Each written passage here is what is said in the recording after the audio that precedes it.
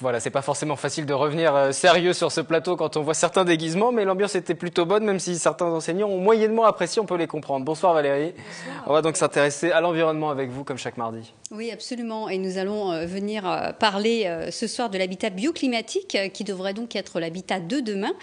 Pour en parler avec nous, Johan Girbaud, bonsoir. Bonsoir. Vous êtes chargé de mission énergie et climat à l'ALEC, Agence locale de l'énergie et du climat de Ménil-et-Hameaux. Vous avez participé vendredi dernier à une soirée débat dans les locaux de l'ALEC et de la Maison de l'Environnement. Une soirée pour expliquer comment aujourd'hui l'on peut vivre, l'on doit vivre en prenant compte de son environnement. D'environnement. Il va en être question tout de suite. L'habitat bioclimatique, on va en parler effectivement dans un instant. Pour l'instant, un premier reportage dans cette chronique environnement, il est consacré aux champignons. Oui, aux champignons composteurs. Car pas n'importe quel champignon. A le vent en poupe en ces temps de froid. Et certains considèrent le champi composteur et le compostage comme de l'art. C'est le cas d'Antoine Jacobson du Potager du Roi à Versailles. Johanna Boubaker et Guillaume Camps l'ont rencontré. Champi composteur, l'art de montrer ce qu'il se passe à l'intérieur du compost. Ce n'est pas une exposition, mais du recyclage. 2 champignons, un grand et un petit, installés depuis octobre 2012 sur 3 hectares du Potager du Roi à Versailles.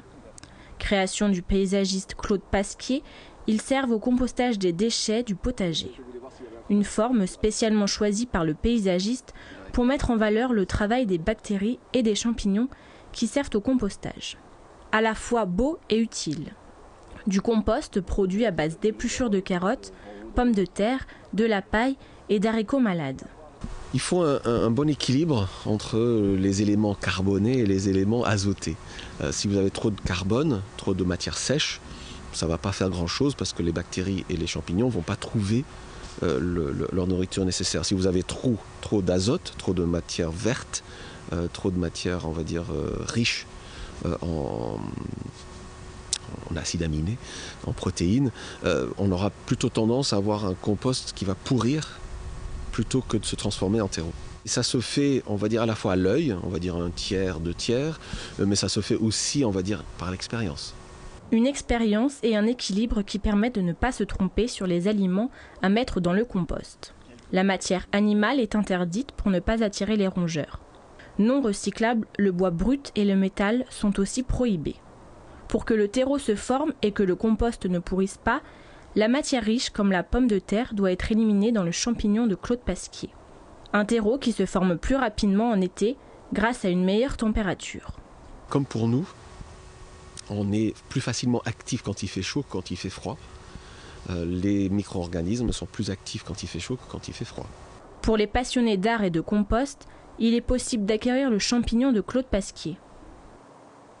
Les champignons, c'est un peu la maison des Schtroumpfs, et c'est ce qu'on disait pendant ce reportage, mais c'est très joli et en plus c'est écologique et c'est important de le faire, ce compost. On va s'intéresser à une autre démarche toujours aussi importante, c'est l'habitat bioclimatique. Oui, parce tout qu'il à faut, fait. Vous nous le dites depuis tout à l'heure, il faut se plier à ces exigences. Il faut en tenir compte et c'est ce que va nous expliquer ce soir Johan Girbaud. Qu'est-ce que l'habitat bioclimatique ? Alors, l'habitat bioclimatique, c'est un habitat qui, en fait, s'adapte à son environnement. C'est-à-dire qu'on va s'adapter vraiment bio, comme un climat local, par exemple. On va s'adapter déjà au climat. En fait, typiquement, la première chose qu'on peut se poser comme question, c'est concernant l'habitat, c'est le climat qu'on va avoir, par exemple, dans le Sahara et le climat qu'on va avoir, par exemple, en Norvège ne sont pas les mêmes. À partir de ce moment-là, on ne va pas faire un habitat identique en Norvège et au Sahara. Et bien, l'habitat bioclimatique, c'est de prendre en compte notamment cet aspect-là, mais pas uniquement. Après, on va prendre en compte également tout ce qui est aspect, par exemple, lié au microclimat. Donc, le microclimat, c'est un climat qui est plutôt continental en Alsace et qui est plutôt tempéré océanique en Bretagne, par exemple. Donc ça, c'est également des choses qu'on va prendre en compte. Après, on va s'adapter aussi à la géographie. Donc, est-ce qu'on est en montagne ou est-ce qu'on est en plaine?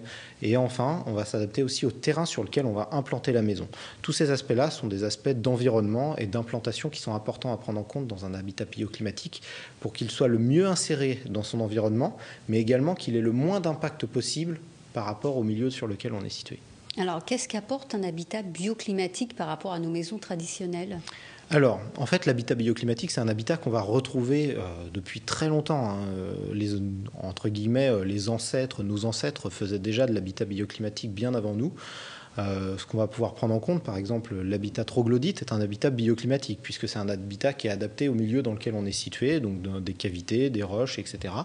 L'intérêt, c'est qu'en plus, il pouvait apporter de la fraîcheur en été parce que les pierres sont d'une épaisseur importante. Rassurez-nous, on ne va pas devoir revivre dans une grotte. Non, mais ce que je veux dire par là, c'est que voilà, l'habitat bioclimatique va apporter ces éléments-là. Si c'est essentiel pour la planète, pourquoi pas Non, en fait, ce qui est essentiel pour la planète, c'est pas il ne faut pas revenir à la bougie. Le but, c'est vraiment d'essayer de s'adapter et de voir comment aujourd'hui on peut amener des choses pertinentes malgré le fait qu'on ne soit plus au Moyen-Âge ou à la préhistoire. Voilà. Donc aujourd'hui, si on parlait d'habitat bioclimatique, l'intérêt, ça serait déjà de se rappeler que, par exemple, le soleil tourne de l'est vers l'ouest et qu'il ne va pas au nord. Donc du coup, ça ne sert pas à grand-chose de mettre des grandes baies vitrées au nord qui ne nous apporteront jamais de lumière. Donc idéalement, il faut mettre les baies vitrées au sud pour que la lumière rentre directement dans le logement en hiver. Mais il va falloir aussi pouvoir s'en protéger en été parce que sinon, on va avoir trop chaud en été. Donc par rapport à ça, on va essayer de travailler sur des casquettes, c'est-à-dire en fait des avancées de toiture plus longues parce que le soleil étant beaucoup plus haut en été, le soleil tapera sur la casquette et ne rentrera pas à l'intérieur du logement, réchauffer le logement, mais également de la végétation, par exemple des arbres à feuilles caduques, c'est-à-dire qui perdent leurs feuilles en hiver, qui vont laisser donc passer la lumière en hiver, mais qui vont en fait stocker la lumière en été, enfin stocker la chaleur en été et éviter d'avoir trop chaud en été. C'est des aspects bioclimatiques dans nos habitats. Donc en fait, le but de l'habitat bioclimatique, c'est vraiment d'apporter un maximum de confort à l'être humain au sein de son logement, tout en s'adaptant à l'environnement dans lequel on est situé, au terrain sur lequel on est situé. Ce sont des constructions dont on a perdu les habitudes. On ne construit plus comme ça. Parce que ça semble du bon sens, justement. Ouais. Voilà, c'est clairement du bon sens. En fait, ce qui s'est passé, c'est qu'après la Seconde Guerre mondiale, il a fallu reconstruire le pays, et il a fallu reconstruire le pays vite pour loger les gens, et puis aussi pour loger les populations qu'on a fait venir d'autres pays pour reconstruire la France. À partir de ce moment-là, on n'a pas forcément construit en prenant en compte tous ces aspects-là. Il fallait construire beaucoup de logements. Donc du coup, on a fait appel à des grands promoteurs qui ont construit des logements à la chaîne et qui ne se sont pas posé la question forcément de savoir si la maison était exposée au sud, si on était bien adapté au terrain ou ce genre de choses. Voilà. Après, il faut aussi faire la part des choses. Il y a la demande de logement qui est importante. Il faut s'adapter à l'environnement et essayer d'avoir du bon sens par rapport à son logement.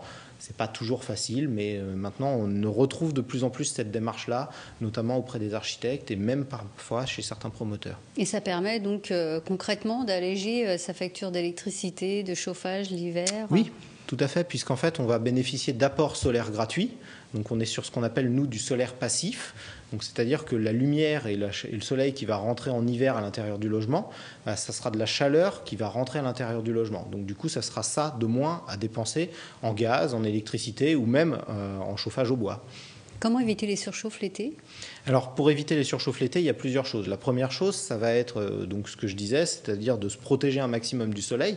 Alors, voilà, ça peut être incompatible avec le fait de faire apporter un maximum de soleil en hiver, mais ce que je disais donc, c'est que en mettant des casquettes solaires, on va avoir le soleil qui ne rentrera plus à l'intérieur du logement. Également, on va se protéger avec de la végétation devant la façade sud qui va nous permettre en été de se protéger parce qu'on aura une végétation qui sera feuillue, touffue. Également, ce qu'on va faire, c'est qu'on va essayer de minimiser notre impact humain à l'intérieur du logement, c'est-à-dire en évitant un maximum d'allumer les lumières, d'allumer les lumières, d'avoir des appareils électroménagers à l'intérieur du logement qui consomment trop d'énergie.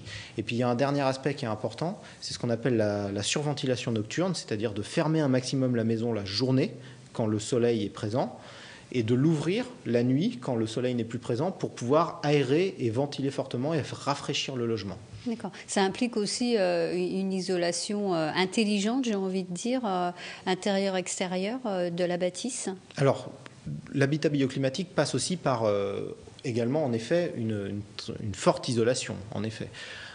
C'est pas uniquement l'environnement et l'implantation qui va jouer, c'est aussi de conserver un maximum la chaleur en hiver et d'éviter que cette chaleur rentre en été. Ça passe également donc du coup par une bonne isolation, qu'elle soit une bonne isolation hivernale et une bonne isolation pour l'été. D'accord. Est-ce que ces nouveaux habitats bioclimatiques engendrent un coût supérieur aux maisons qu'on fait actuellement? Alors si on parle de construction neuve, non, puisqu'en fait en construction neuve aujourd'hui, depuis le 1er janvier de l'année 2013, nous sommes sous la réglementation thermique 2012 et la réglementation thermique 2012 réintègre des aspects bioclimatiques dans le cadre des constructions de maisons.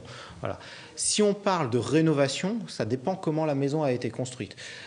Si la maison en effet a été construite en ayant toutes les orientations au nord ou ce genre de choses, en effet il va falloir retravailler sur la maison et réaménager les pièces pour réamener les espaces de vie vers le sud. Dans ce cas-là, on peut bénéficier d'aide. Faut pas raser la maison plutôt? Non, il ne faut pas raser la maison en fait. Vous avez moins cher et c'est pas...